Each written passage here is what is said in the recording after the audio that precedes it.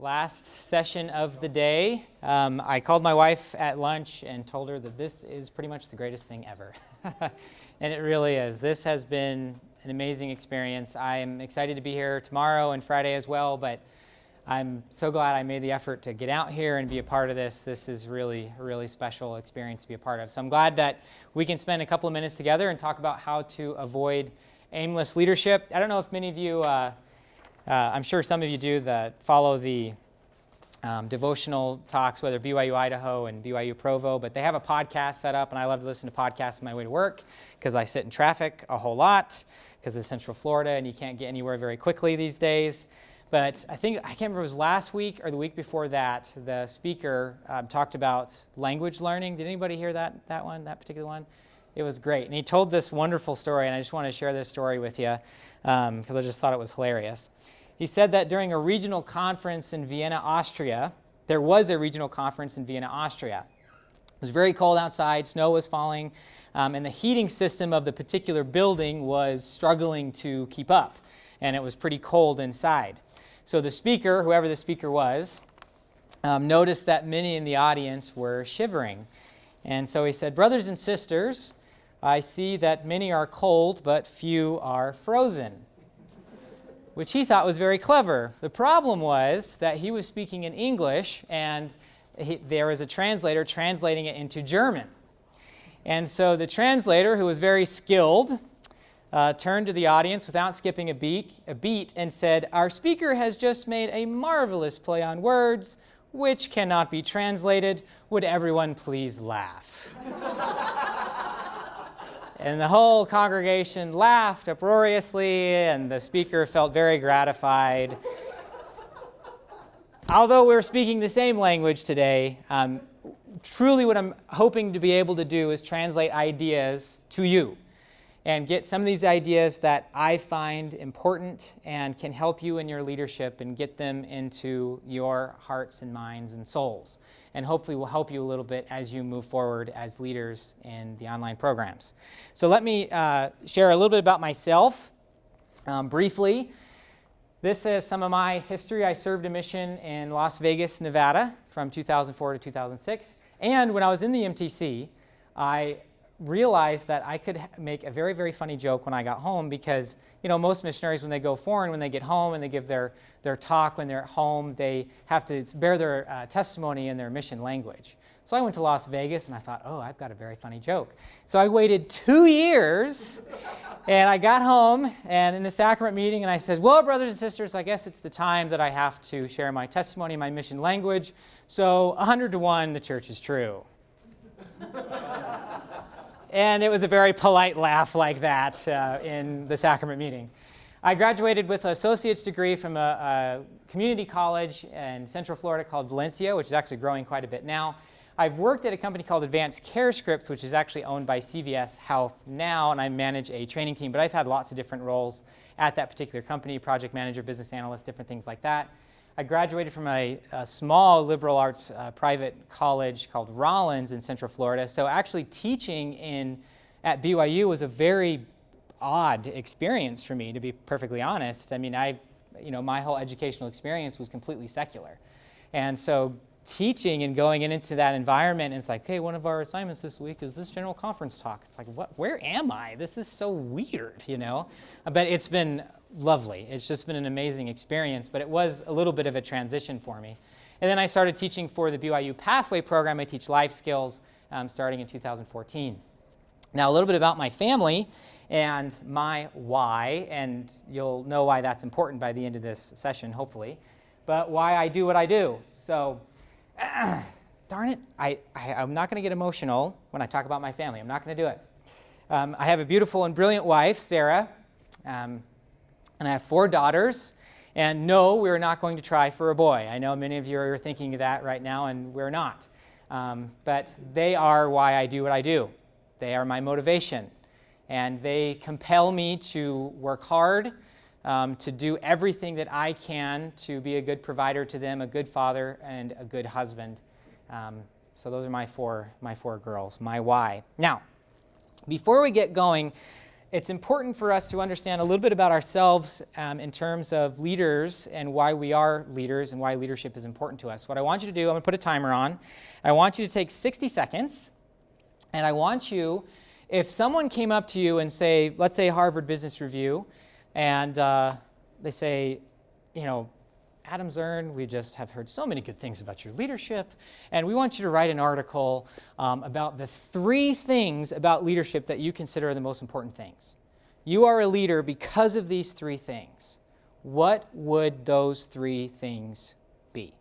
60 seconds, go.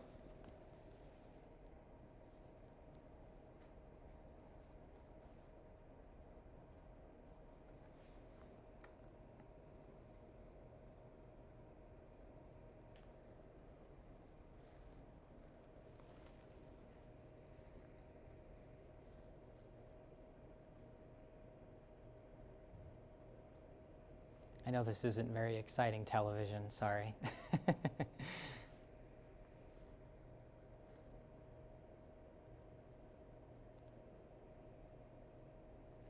about 30 seconds.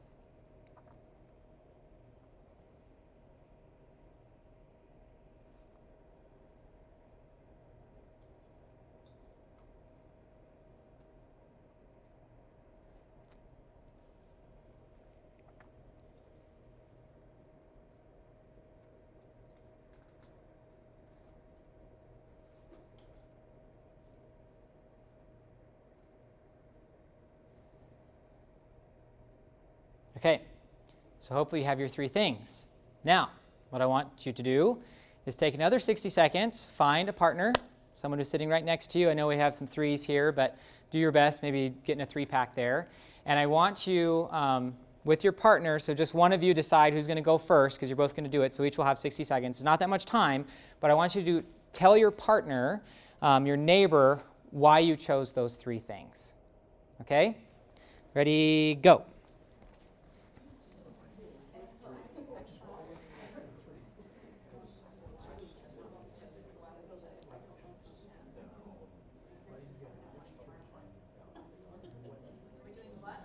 So I guess you have to tell them what you chose in order to tell them why you chose. So.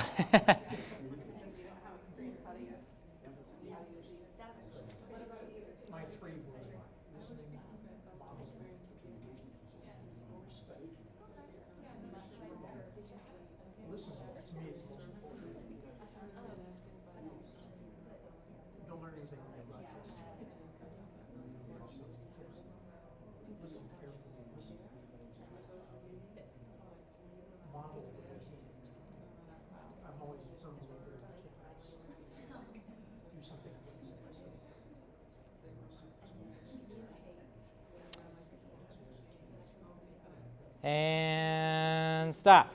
Okay, thanks very much. So now switch. Okay, now your neighbor, whoever talked first, will now listen, and those who are listening will now talk and explain what you chose, the 3, and then why you chose those things. Go.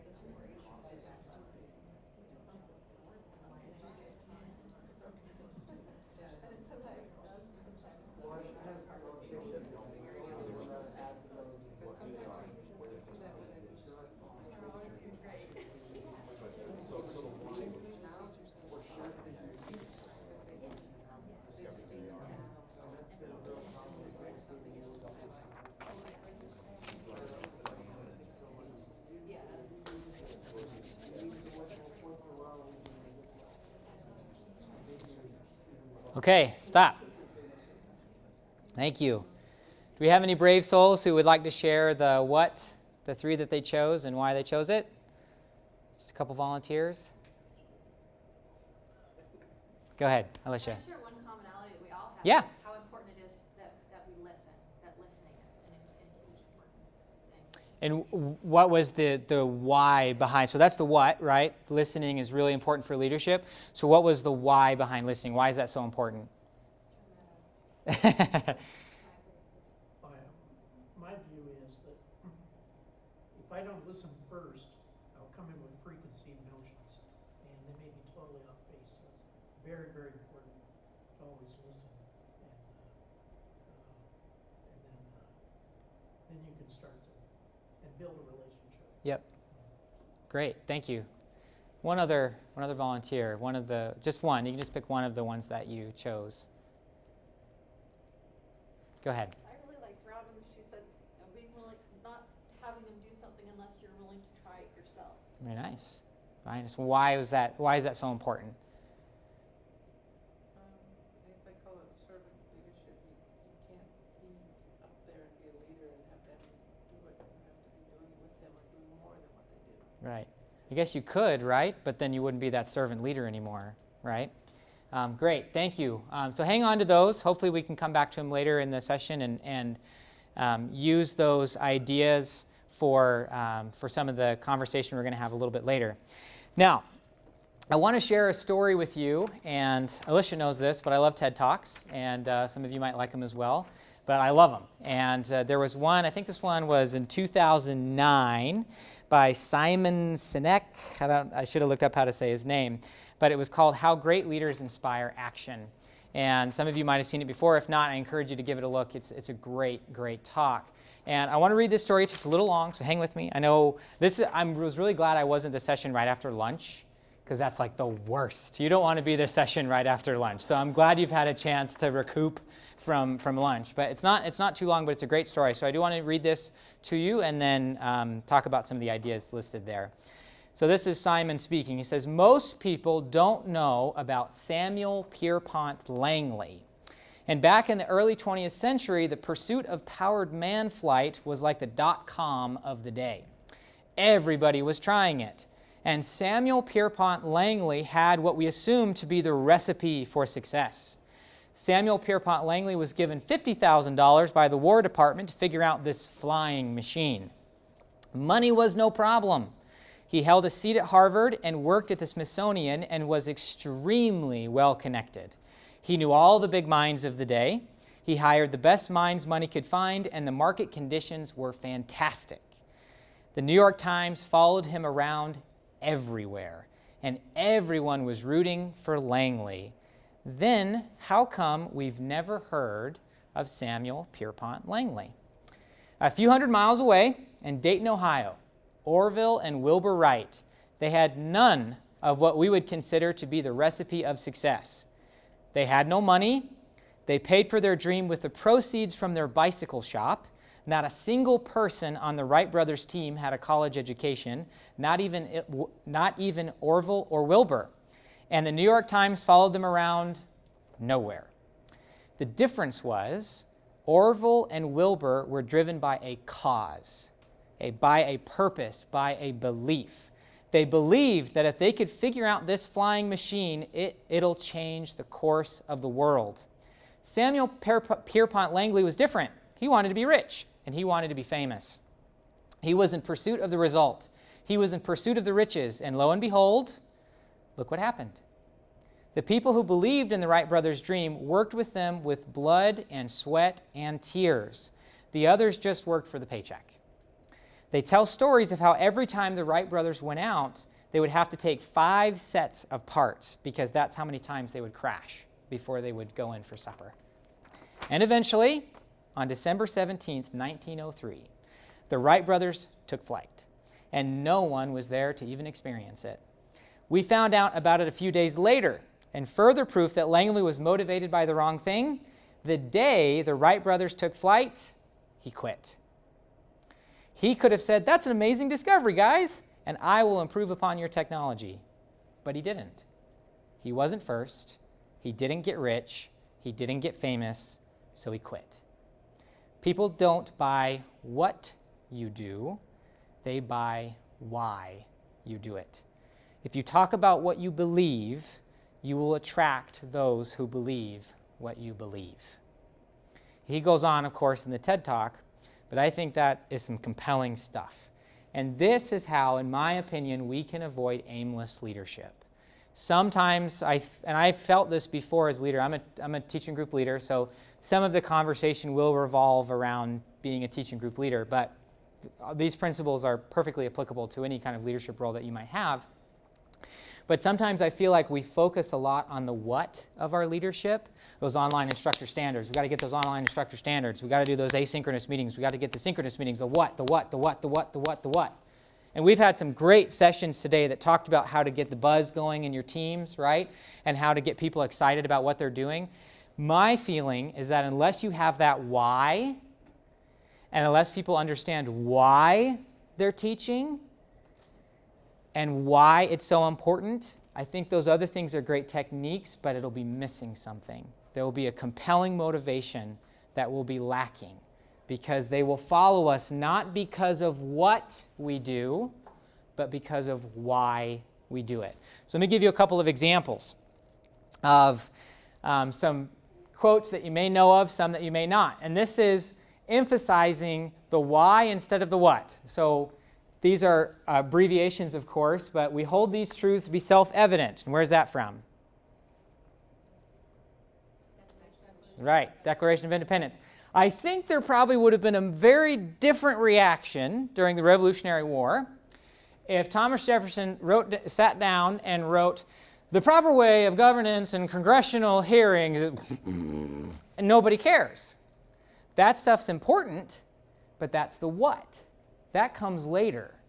The why, that's what's important.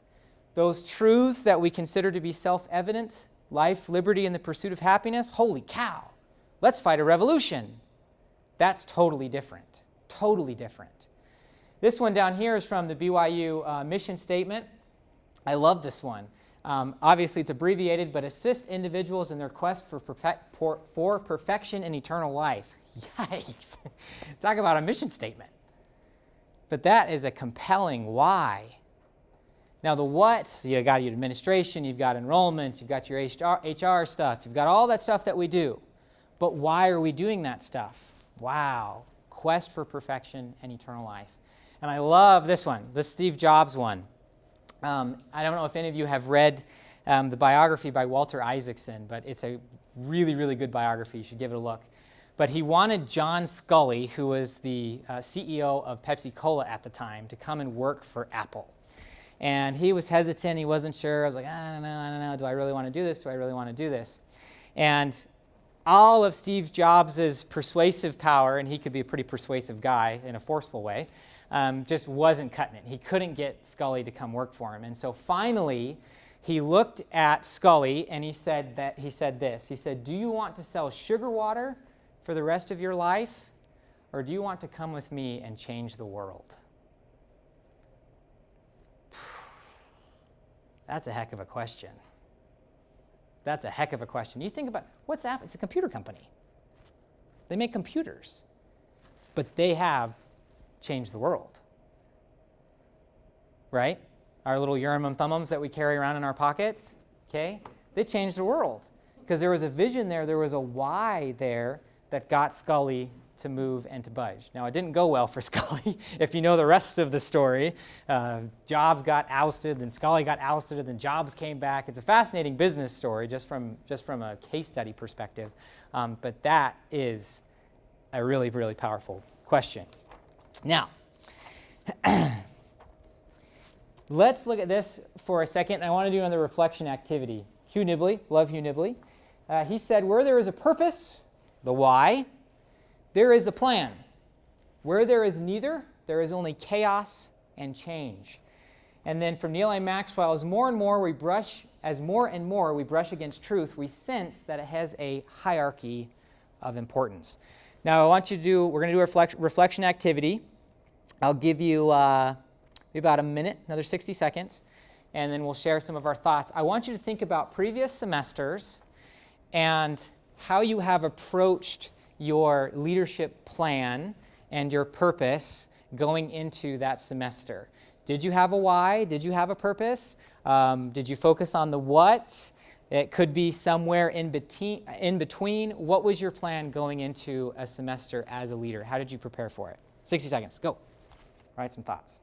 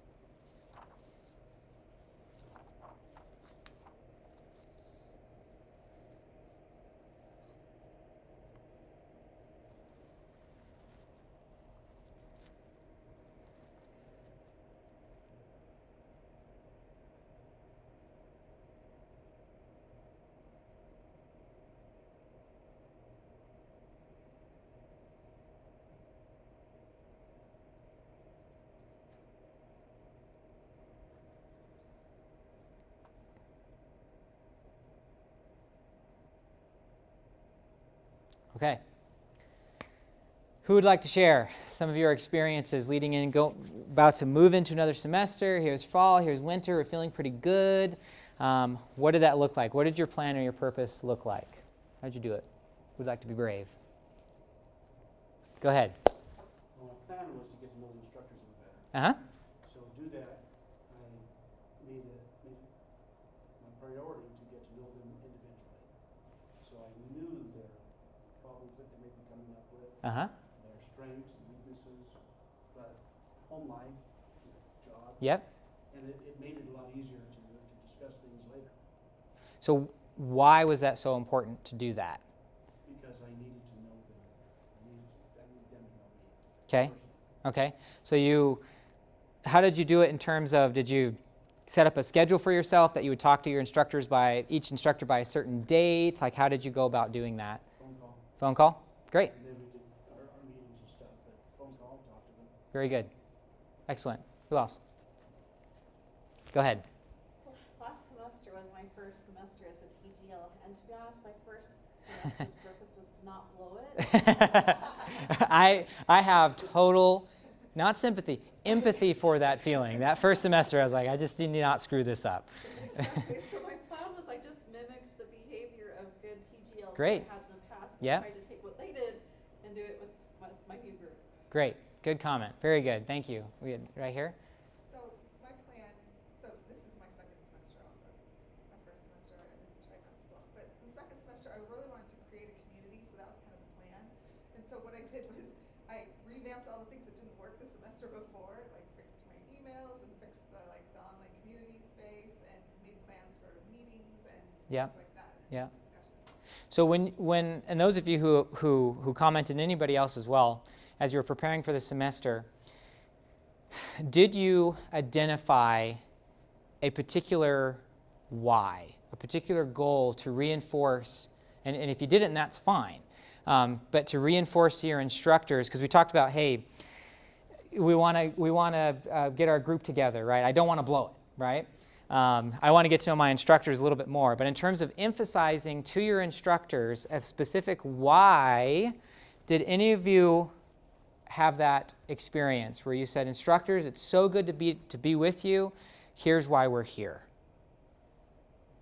Go ahead. So I've done that with my group, and one thing that's very important to me is that they trust me.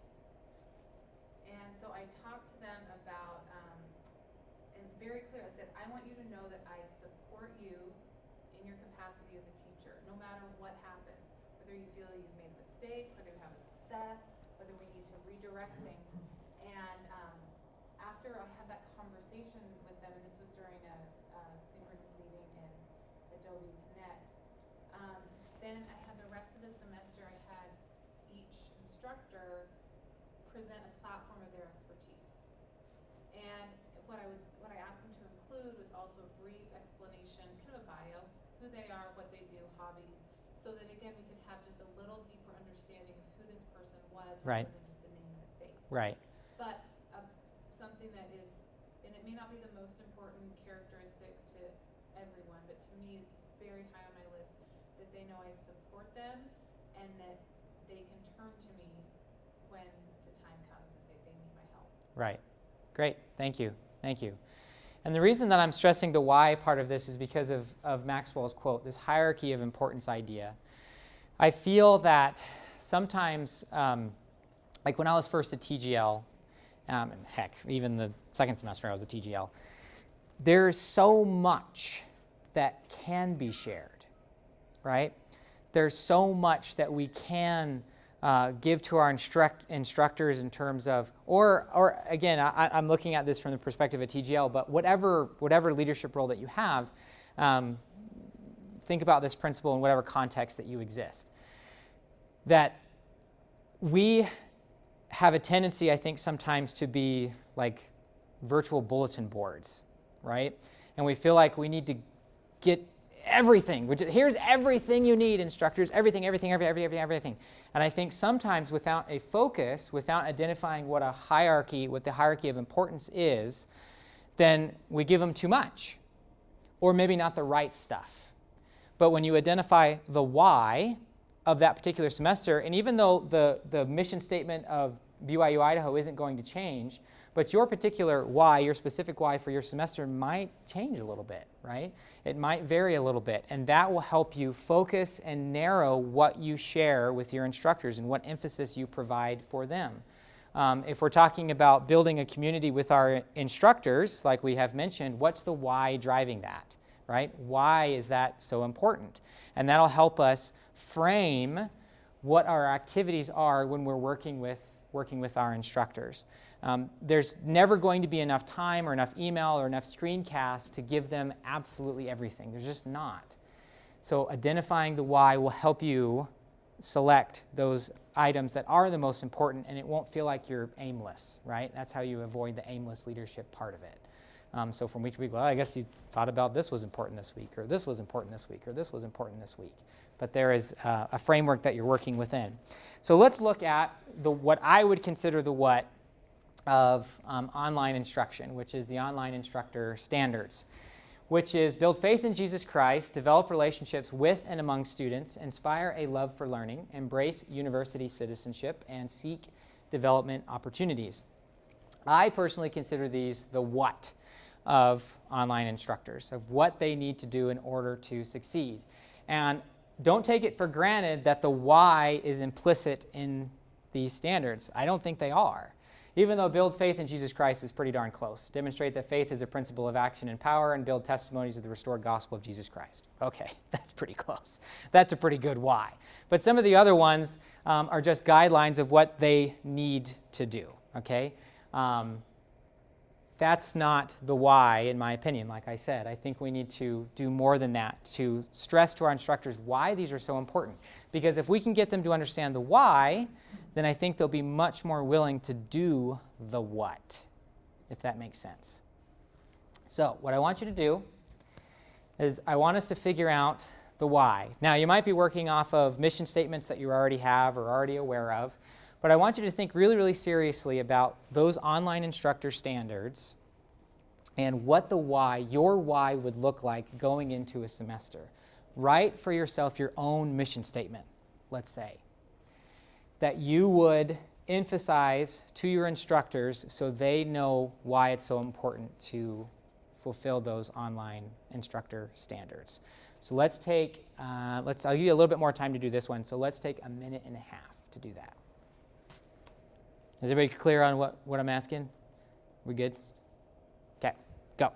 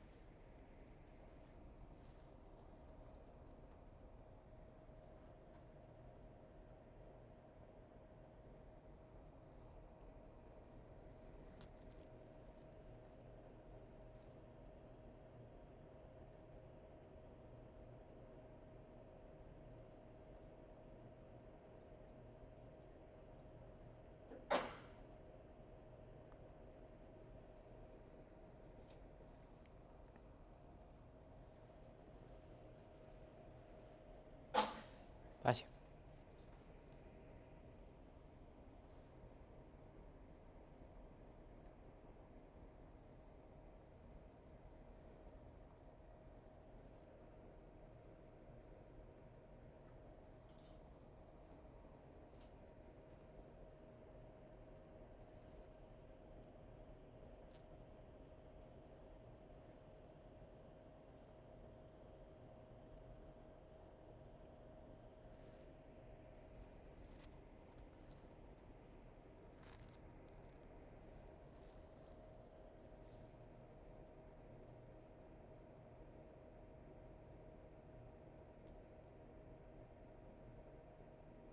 All right.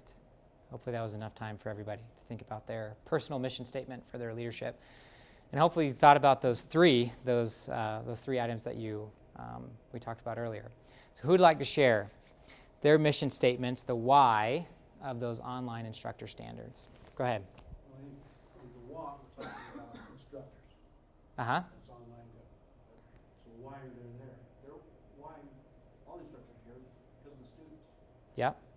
And it's the walk, the guidelines, the standards are for the instructors to know how to give the best they can, or our instructors now to give the best they can to the students, so the students can get the most out of college life and life in general.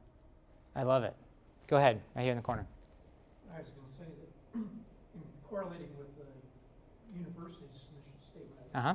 our role is to provide and reinforce opportunities to become disciple leaders. So I'll abbreviate here, but. Okay? Yes, sir. I appreciate it. So I'm not a TGL, but so I thought of it in the context of just improving the. Yep. So talking to the other instructors about why we're looking critically at the curriculum I wrote, we are to improve the course to the standard that every part of it contributes to the continual conversion of the individual.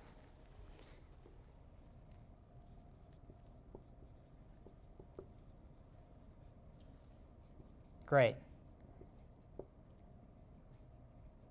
Okay? Yes. Might open up a can of worms, so my preference. Great. So We have plenty of time. in our altruistic expectation of the instructors we work with, we think and we hope that they're there for the students. Realistically, many of them aren't. I mean, they're there for a paycheck. Mm-hmm. And that's the first one that came to mind. I'm like, well, they want supplemental income, and this is a really easy way to do that while, fulfilling all the other responsibilities in life. So that brings up the question of how then do we address and get them on the right why? There's Yeah. lots of different whys, Sure. and there are some that are probably better than others in terms of their investment in the student.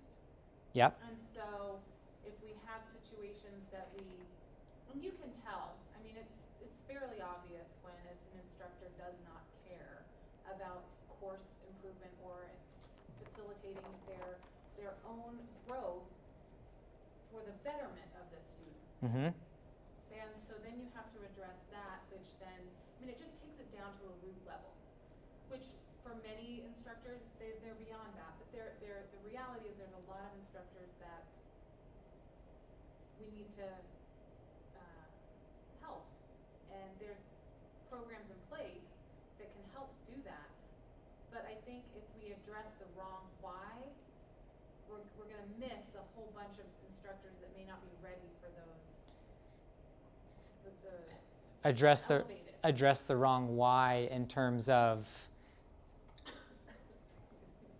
you're saying come to where they are. We need to get them up to being there for the student. I agree with that. Right. So if they're not, then we have to help get them to that point, help teach them, help train them, help improve their understanding of the position that they hold so that we can then work on the correct why. Yes, I totally agree. So And just wanna I throw that out there. yes, We're not and we all have dealing caught with- it and we're going to run with it. Right. Because, and I'll share my thoughts, but I definitely want to get some other folks' thoughts on this as well. Well, let's do that first, and then I'll give my thoughts. So let's go right here and then right there. Well, I was just going to kind of reiterate, how do we help inspire those instructors Yeah. that don't see the why? The high And I think that's one thing that I've been trying to figure out for the 2 semesters I've been working with instructors is there are some that get it, and then there are some that haven't seen it yet, and how do we help them see it? Yes, go ahead. A couple of years ago, I was teaching a class, and I probably wasn't on the higher level why at the time until I was on vacation. I got a phone call from a fairly needy student that was always emailing me. I was in the Holocaust Museum, and I told my wife, go ahead and whatever. We sat down, and we talked for 45 minutes. And what I got out of it is I realized my job was to minister. And that's where the why hit. And that's changed my life as far as teaching. Yeah, and that as a spiritual conversion in a certain sense, right? Being a part of this program and understanding how important this program is. So this is an excellent question, and my personal feeling on it, or even the how. If you look at this list, I mean, what I see as terms of the commonality between these ideas are implicit in what was actually said, right? The students themselves.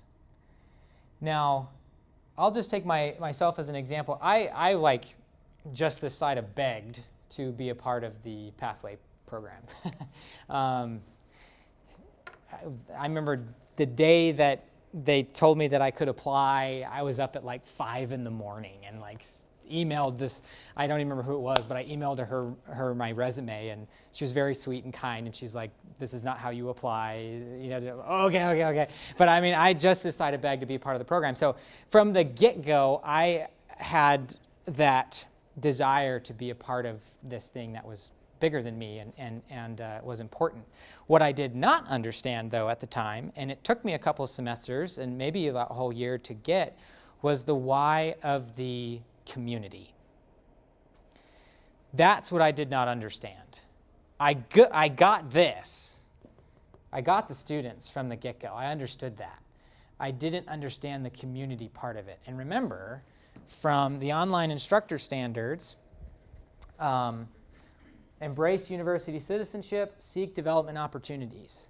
We're a part of those online instructor standards. I got these totally.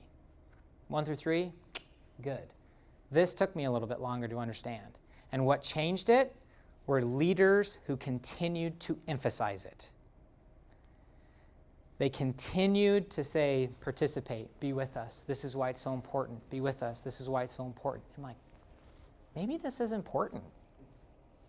And I changed from being a Samuel Pierpont Langley in these 2 areas and maybe looked a little bit more like the Wright brothers in these 2 areas. And I totally get it now. That's why I'm here. Last year, I've told a couple of people this. Last year, this came and went, and I totally missed it. Just totally missed it, the conference. And, you know, talking with Alicia and talking with Katie Taylor, she couldn't be here this conference. I was pretty disappointed, but she was one of my TGLs, good friend. You know, just their emphasizing how important it is to be a part of the community changed my view. And I think for some of those instructors, what we need to do is, I think sometimes some of them struggle because they haven't had the why emphasized the way that it should be emphasized. For example, BYU Pathway, anyway, has a whole blog.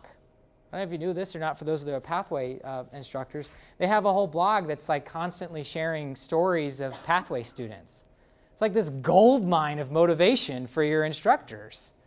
And I found it last semester, and I'm like, and I would send links from the blog to my instructors to help them identify the why of what they are doing.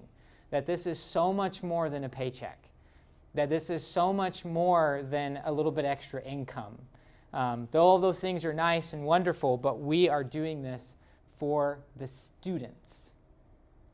And hopefully it had an impact on them. But even if it didn't for that particular semester, if we keep driving home that point and keep emphasizing this, I do think that many of them will change. Go ahead. I think this is a great issue that you bring up, and I think you're right on. You know, when the instructors embrace the university citizenship, that's such a key. And when instructors either have experience or been to Rick's or been to BYU-Idaho, that helps so much that they've been here and been on campus. And a lot of them haven't, and that's okay. But I work for Pathway. That's my full-time job. I teach a little bit online, but when they made the announcement on February 7th about the new organization, President Gilbert asked us to read Doctrine and Covenants, Section 88. And in reading it, there's a parable in there of the Lord sends out a servant to work, and he says, I'll be with you in the first hour. And then sends out another servant, says, I'll be with you in the second hour and third hour, all the way down. And then he visited them in their time and in their season. And this is the time where we have a direct impact on the growth of the church. My mission statement, my why statement was a little different because I oversee a lot of missionaries, Pathway missionaries. And mine was about, this is building the kingdom. This isn't about degrees. This is about building the kingdom by lifting one person at a time, by lifting these students. So by focusing on the student, we're building the kingdom, lifting them one at a time. For what reason? In that scripture,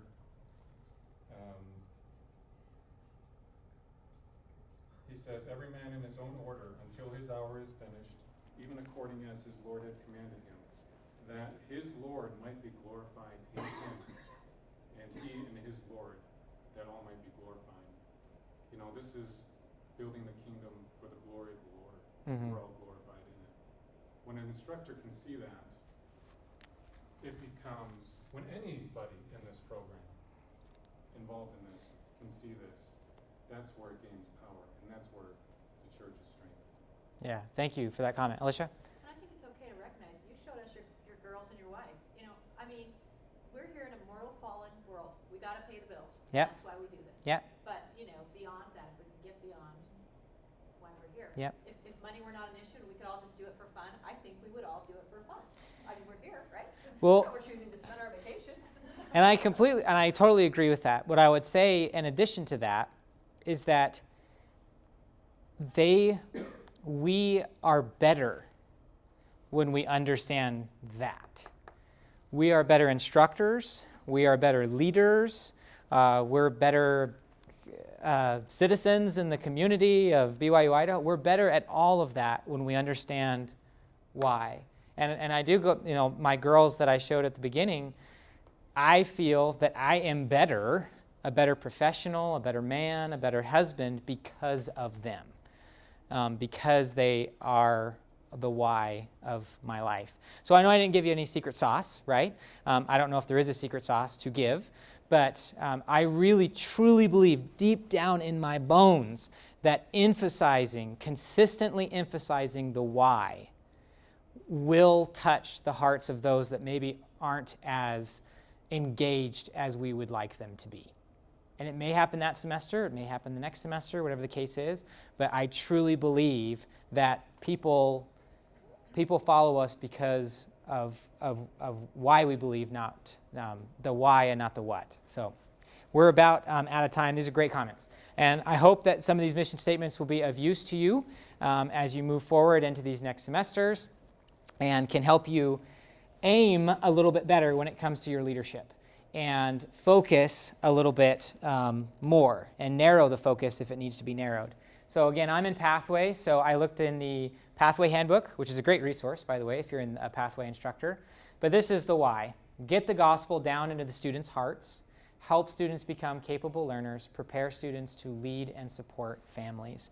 In each case, as similar to our mission statements that we put up here on the board, the focus, the why, is always the students. And as I have read and watched different videos and talks about BYU-Idaho in particular, it is a student-focused organization, a student-focused university. I consider myself immensely, just far beyond what I deserve, to be a part of this incredible organization.